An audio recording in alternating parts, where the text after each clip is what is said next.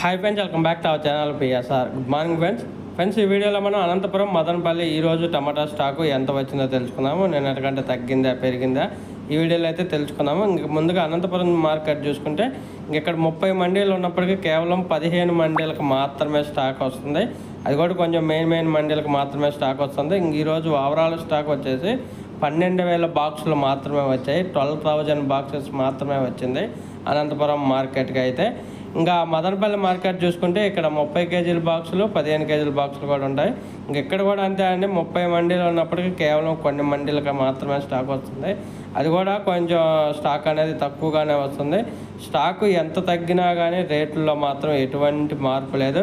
ఏదో నెలలో 1-2 రోజులు కొంచెం రేటు పెరుగుతుంది, మిగతాల్లో నార్మల్ రేట్లే మెయింటైన్ అవుతున్నాయి. చూడాలి మరి ఈరోజు టాప్ ధరలో ఎంత వెళ్తుంది అనేది రెండు మార్కెట్లో.